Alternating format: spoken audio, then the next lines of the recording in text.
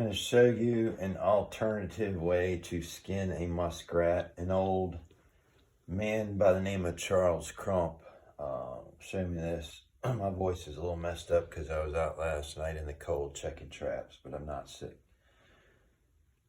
Anyway, most people, you got a butthole right there, and then whether it's a boy or girl, it's private.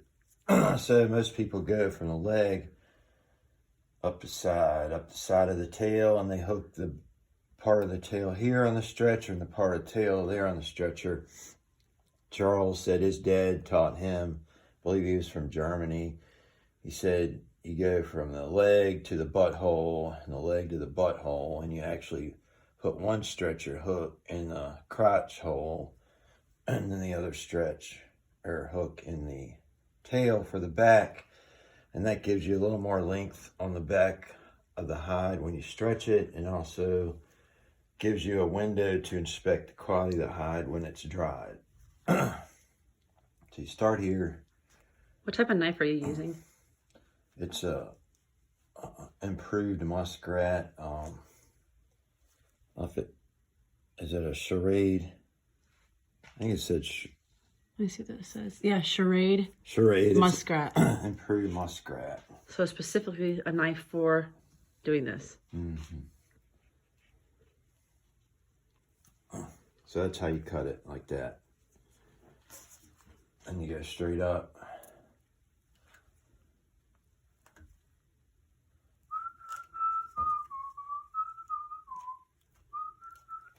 My granddaddy and his brother trapped. They used to catch a lot of rats. The marshes were higher and they were hardcore.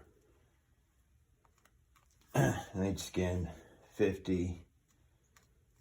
They put them in piles of 50 on the floor. My granddad, he could skin 50 in an hour, which is almost one per minute. I don't go that fast because I'm not in a hurry and I don't have 50 to skin, and I don't want to tear up the hides too bad. Some of it you can pull, some of it you want to cut. But I don't try to rush too much because I don't like it when I mess the hide up. Even though I don't even think the hides are bringing much this year. I don't know really what they're bringing, but the meats were getting $7 a piece. There's nobody traps anymore, and everybody wants, in Charles City, wants muskrats to eat because they can be tasty if you cook them right.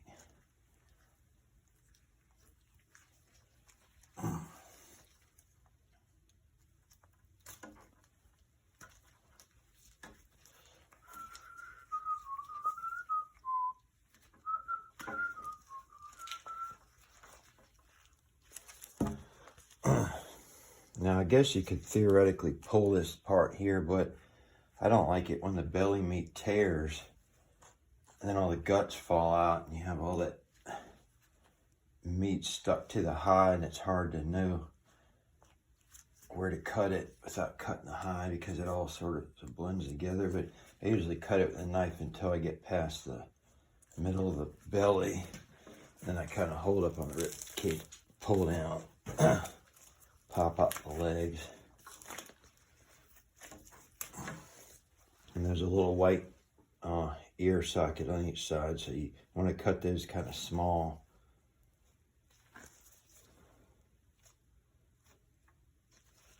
Pull it down, you'll see two blue lines usually. That's the top of the eye sockets there and there.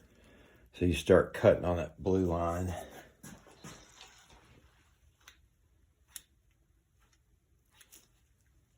Pull it down a little bit, cut the cheek, cut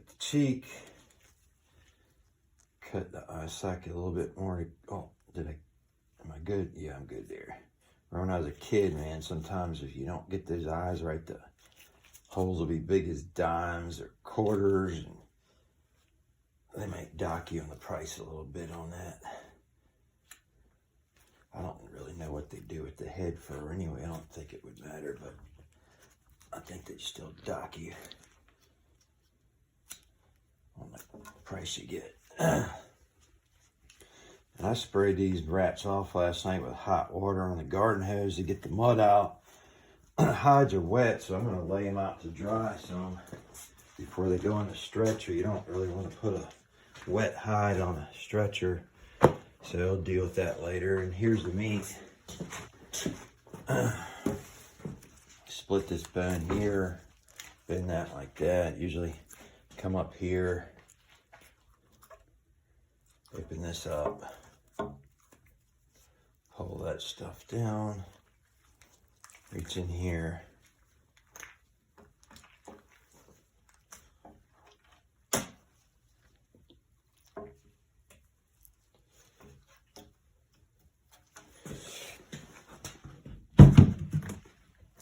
Oh, nice.